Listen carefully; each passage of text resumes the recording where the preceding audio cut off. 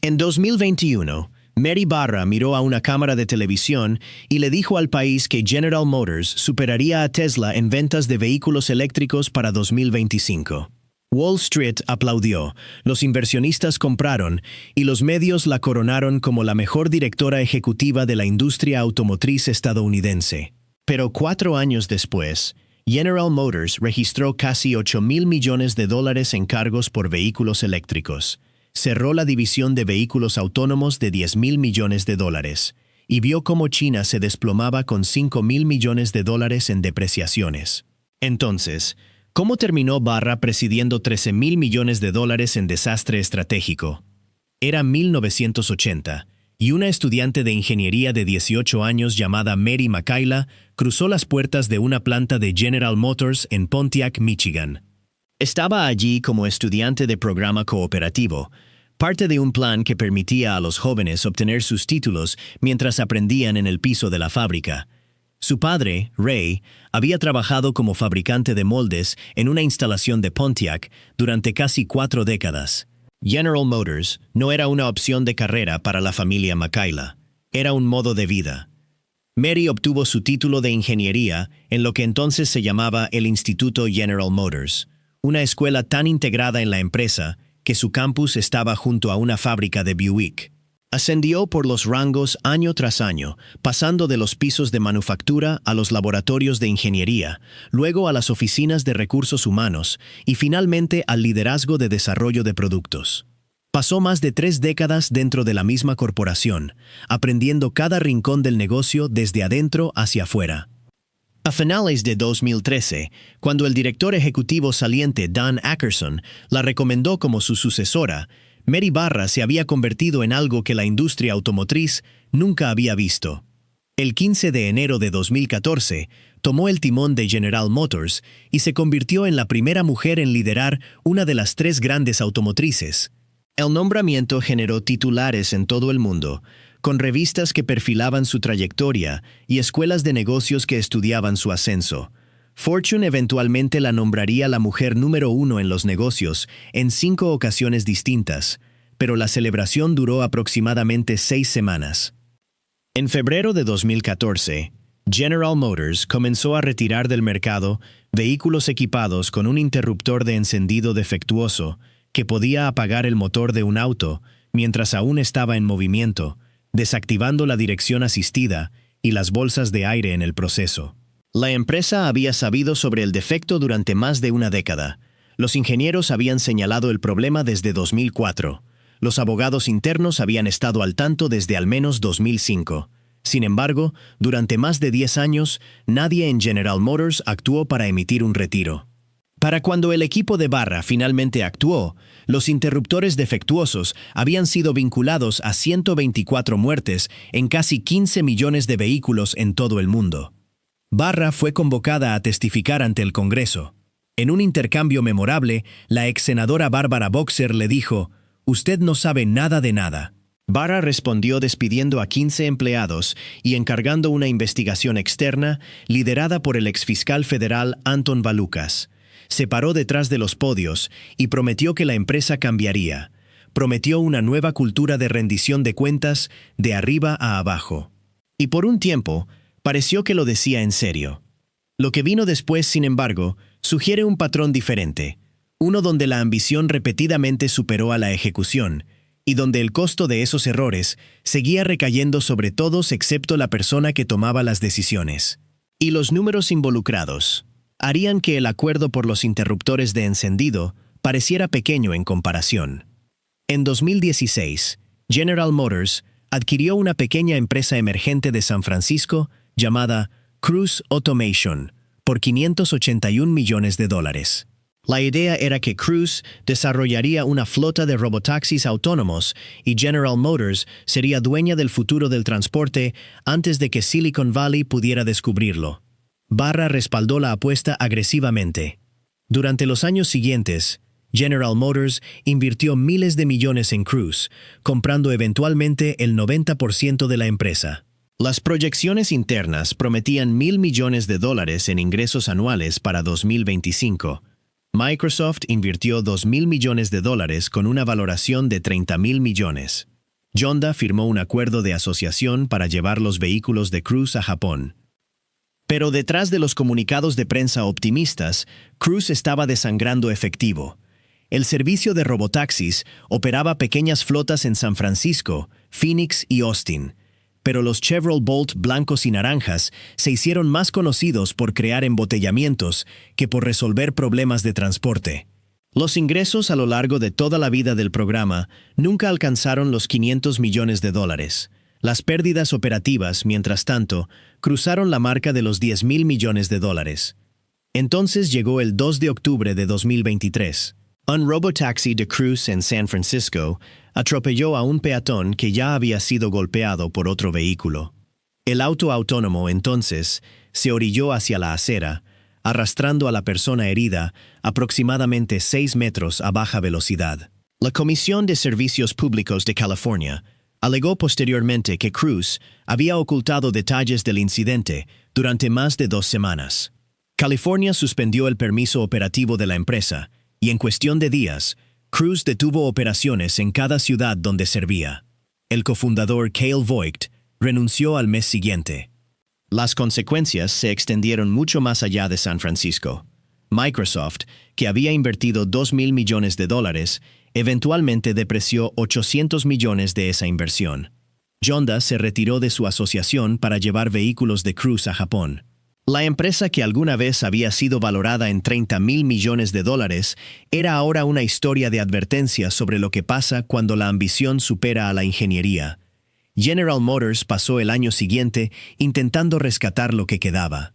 Barra les dijo a los inversionistas en enero de 2024 que General Motors seguía comprometida con Cruise. Los vehículos regresaron a las calles de Phoenix en abril para recopilación limitada de datos, pero un retiro por fallas de software en agosto los obligó a salir de las calles nuevamente. Ningún inversionista externo estaba dispuesto a intervenir. Para diciembre de 2024, Barra anunció que General Motors cerraba Cruise por completo, integrando cualquier tecnología útil que quedara en el programa existente de asistencia al conductor de la empresa. $10.000 millones en pérdidas, menos de $500 millones en ingresos. La brecha entre esos dos números tiene el tamaño de una catástrofe. Pero si Cruise fuera el único fracaso costoso en el historial de Barra, podría ser perdonable. Las empresas hacen grandes apuestas, y a veces esas apuestas no dan resultado. El problema es que Cruise estaba ocurriendo al mismo tiempo que otro tropiezo multimillonario. Uno que golpeaba más cerca del corazón de lo que General Motors se supone que debe hacer, que es construir autos que la gente quiera comprar. Barra había apostado el futuro de la empresa en una plataforma de baterías llamada Altium. Presentada en un evento llamativo en marzo de 2020, Altium se suponía que sería la base de todo, desde Chevrolets eléctricos compactos hasta Hammers eléctricos de 4.000 kilos. Barra les dijo a los inversionistas que Altium ayudaría a General Motors a duplicar sus ingresos a $280.000 millones para 2030. El analista principal automotriz de Morgan Stanley incluso sugirió que General Motors renombrara a toda la corporación como Altium. La realidad resultó ser considerablemente diferente. Construir baterías Altium fue mucho más difícil de lo que General Motors había proyectado, y casi cada hito que Barra había prometido a los inversionistas llegó tarde o nunca llegó. Los objetivos de producción se retrasaron repetidamente. En febrero de 2022, la empresa dijo que vendería 400.000 vehículos eléctricos para finales de 2023. Vendió menos de 14.000 autos equipados con Altium ese año. 2/3 de esos fueron un solo modelo, el Cadillac Lyriq. El vehículo eléctrico Chevrolet Blazer se lanzó con tantas fallas de software que General Motors emitió una orden de suspensión de ventas y les dijo a los concesionarios que dejaran de entregarlos a los clientes. El Jammer eléctrico, el producto Altium más visible, pesaba más de 4.000 kilos y empezaba en más de $100.000, sin encarnar nada de la accesibilidad o eficiencia que la plataforma había prometido. ¿Cómo vendes un futuro eléctrico para el mercado masivo cuando tu producto insignia cuesta más que una mensualidad de hipoteca y pesa tanto como 3 Honda Civic? A finales de 2025, la escala del daño financiero en el balance de General Motors se volvió imposible de ocultar. General Motors registró una depreciación de $1.600 millones en el tercer trimestre, seguida de aproximadamente $6.000 millones en cargos especiales en el cuarto trimestre. De esos $6.000 millones, $4.200 millones fueron directamente a pagar a proveedores que habían expandido su capacidad fabril, basándose en proyecciones de ventas que resultaron ser tremendamente irrealistas. Estas no eran pérdidas teóricas en una hoja de cálculo. Eran pagos reales en efectivo a empresas reales que habían construido líneas de producción reales para vehículos eléctricos que nadie estaba comprando en los volúmenes que General Motors había proyectado. Los cargos totales relacionados con vehículos eléctricos para 2025 alcanzaron casi $8.000 millones, contribuyendo a una caída del 55% en los ingresos netos anuales, de $6.000 millones en 2024 a $2.700 millones. Para una empresa que había apostado toda su identidad futura en los vehículos eléctricos, la reversión fue impresionante. Pero el dolor financiero estaba a punto de recaer sobre las personas que menos podían permitírselo. Si esta historia te está resonando, suscríbete. Desglosamos historias sobre lo que está pasando dentro de la industria automotriz cada semana. Factory Zero, la planta de $2.200 millones en el lado este de Detroit, que General Motors había convertido específicamente para vehículos eléctricos grandes, se convirtió en el símbolo más visible del colapso. En octubre de 2025, la producción se redujo de 2 turnos a 1. Más de 1.100 trabajadores recibieron avisos de despido permanente justo antes de las fiestas. El presidente del sindicato local 22 de la UAW dijo que el sindicato había perdido aproximadamente la mitad de sus miembros en la planta en cuestión de semanas. Despidos temporales adicionales afectaron a los trabajadores de las plantas de baterías en las instalaciones de Altium Cells en Lordstown, Ohio y Spring Hill, Tennessee. Para marzo de 2026, Factory Zero detuvo la producción por completo, enviando a sus 1.300 trabajadores restantes a casa con despido temporal. En una ciudad donde casas abandonadas llenan cuadras enteras y el 35% de los residentes de Detroit ya viven por debajo de la línea de pobreza, los recortes golpearon a familias que habían contado con esos empleos de fábrica para tener estabilidad. Un vicepresidente de la UAW en la planta lo dijo simplemente. Dijo que era un sentimiento de dolor porque trabajas duro para estas empresas y de repente te lo arrebatan. Pero los trabajadores de Factory Zero no eran los únicos pagando por decisiones tomadas en salas de juntas que nunca verían. Al otro lado del mundo, otro pilar del imperio global de General Motors se estaba desmoronando. Mientras todo esto ocurría en Estados Unidos, un desastre paralelo se estaba gestando al otro lado del Pacífico. Durante años, China había sido uno de los mercados más rentables de General Motors. En su punto máximo en 2017, la empresa vendió más de 4 millones de vehículos anualmente a través de su empresa conjunta con SAIC Motor Corporation. Marcas como Buick, que se habían desvanecido en el mercado estadounidense, prosperaban en China. La empresa conjunta entregaba miles de millones en ingresos estables por participación accionaria, pero General Motors no estaba prestando suficiente atención al cambio que ocurría bajo sus pies.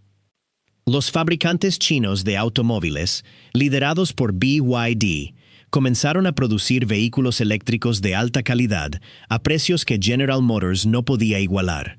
Los subsidios gubernamentales aceleraron el cambio. La cuota de mercado de General Motors en China cayó de aproximadamente 15% a menos del 9%. La empresa conjunta con SAIC, que antes era confiablemente rentable, registró 3 trimestres consecutivos de pérdidas en 2024, totalizando $347 millones. En diciembre de 2024, General Motors reveló que reestructurar sus operaciones en China costaría más de $5,000 millones en depreciaciones y cargos, incluyendo cierres de fábricas y la descontinuación de modelos de vehículos con bajo rendimiento. Un mercado que alguna vez entregaba miles de millones en ganancias anuales se había convertido en un lastre, y los grupos de accionistas estaban prestando mucha atención. Todos esos fracasos se miden en dólares y se contabilizan en informes trimestrales de ganancias. Pero hay una decisión más que podría durar más que todas las depreciaciones financieras en términos de daño a largo plazo a la marca, porque esta afecta a cada cliente de General Motors que sale de un concesionario. En 2023, General Motors anunció que eliminaría Apple CarPlay y Android Auto de sus nuevos vehículos eléctricos. La medida fue suficientemente controvertida por sí sola, pero en octubre de 2025, Barra confirmó en una entrevista de podcast que la eliminación se expandiría a todos los vehículos que fabrica General Motors, tanto de gasolina como eléctricos, con una fecha objetivo de finalización en 2028.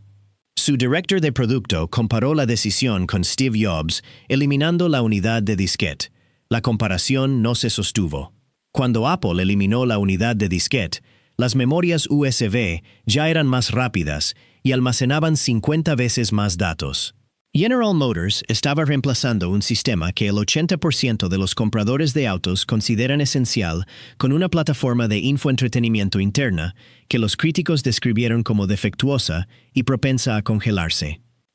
Una encuesta de GM Authority descubrió que el 88% de los propios clientes de General Motors calificaron la ausencia de CarPlay como un factor decisivo para no comprar. Ford rechazó públicamente ese enfoque, con un vocero declarando claramente que su empresa seguiría ofreciendo CarPlay porque a los clientes les encanta. Cuando un concesionario Chevrolet en Michigan comenzó a vender kits de adaptación de CarPlay de postventa para vehículos eléctricos de General Motors, los clientes hicieron fila. Entonces, General Motors presionó al fabricante externo para que dejara de producirlos, citando preocupaciones de seguridad. La empresa no solo estaba eliminando una función, estaba bloqueando activamente que los clientes la recuperaran por su cuenta. ¿Cuándo comenzó General Motors a tratar a sus propios clientes como un problema a gestionar en lugar de personas a las que servir? El razonamiento de General Motors nunca fue realmente sobre integración o seguridad. La empresa reconoció aproximadamente $2,700 millones en ingresos por suscripciones en 2025 y apunta a $25,000 millones anuales para 2030. Cuando los conductores usan CarPlay, sus datos fluyen hacia Apple, no hacia General Motors. Eliminar CarPlay obliga a los clientes a pasar por el propio sistema de aplicaciones y servicios de pago de General Motors. Los clientes se dieron cuenta de esto casi de inmediato, y la reacción negativa no ha disminuido. Propietarios de toda la vida de General Motors publicaron cancelaciones de compra en foros. Un cliente leal a Chevrolet durante 15 años se cambió al Ford Mustang Mach-E específicamente por la función faltante. Los críticos de Motor Trend reportaron que el sistema de infoentretenimiento de reemplazo de General Motors se congelaba al azar y se desconectaba del GPS, mientras que el acceso a la funcionalidad completa requería una suscripción mensual de casi $25. Así que aquí es donde están las cuentas. Más de $13,000 millones en depreciaciones combinadas durante el tiempo de Mary Barra como directora ejecutiva, $10,000 millones perdidos en Cruise, casi $9,000 millones en cargos relacionados con vehículos eléctricos y más de $5,000 millones en la reestructuración de China. Mientras tanto, la compensación personal de Barra para 2025 alcanzó un récord de $29,9 millones, otorgada por un comité de compensación que ajustó sus propias métricas de desempeño para justificar el pago. Solo el 58% de los accionistas aprobó su paquete de compensación de 2024, y el asesor de voto IS recomendó votar en contra. Un grupo activista de accionistas circuló un informe previo a la reunión anual de General Motors de junio de 2026, calificando su mandato como un reinado de errores de 12 años y exigiendo su remoción, tanto del puesto de directora ejecutiva como del de presidenta de la Junta. La Junta Directiva rechazó la propuesta. Algunos señalarán que el negocio de camionetas de gasolina de General Motors sigue siendo fuerte, que la Silverado y la Sierra siguen generando dinero, que el precio de las acciones, a pesar de todo, se ha mantenido. Y esas cosas son ciertas. Pero las camionetas iban bien antes de que Barra llegara, y probablemente seguirán bien después de que se vaya. La pregunta es, ¿qué eligió hacer con las ganancias de esas camionetas? Eligió Cruise, eligió Altium y eligió apostar en contra de Apple CarPlay y en contra de sus propios clientes. Los resultados hablan por sí solos. Nadie está preguntando si Mary Barra es la peor directora ejecutiva en la historia de General Motors. General Motors ha sobrevivido a la bancarrota, un rescate federal y décadas de declive lento mucho antes de que ella llegara. Lo que la gente está preguntando es algo más específico y más difícil de responder. ¿Debería la persona que dirige una institución estadounidense de 100 años, a través de su era más complicada, ser la misma persona cuyas apuestas estratégicas han costado a los accionistas $13,000 millones, mientras su propia compensación seguía subiendo? Es una pregunta que no va a desaparecer por sí sola. Hasta este verano, Barra todavía ostenta ambos títulos, presidenta de la Junta y directora ejecutiva, y la Junta Directiva aún la apoya. Las camionetas Silverado y Sierra siguen vendiéndose, y en algún lugar del lado este de Detroit, una fábrica de $2,200 millones que se suponía construiría el futuro permanece mayormente en silencio, esperando una demanda que nunca llegó.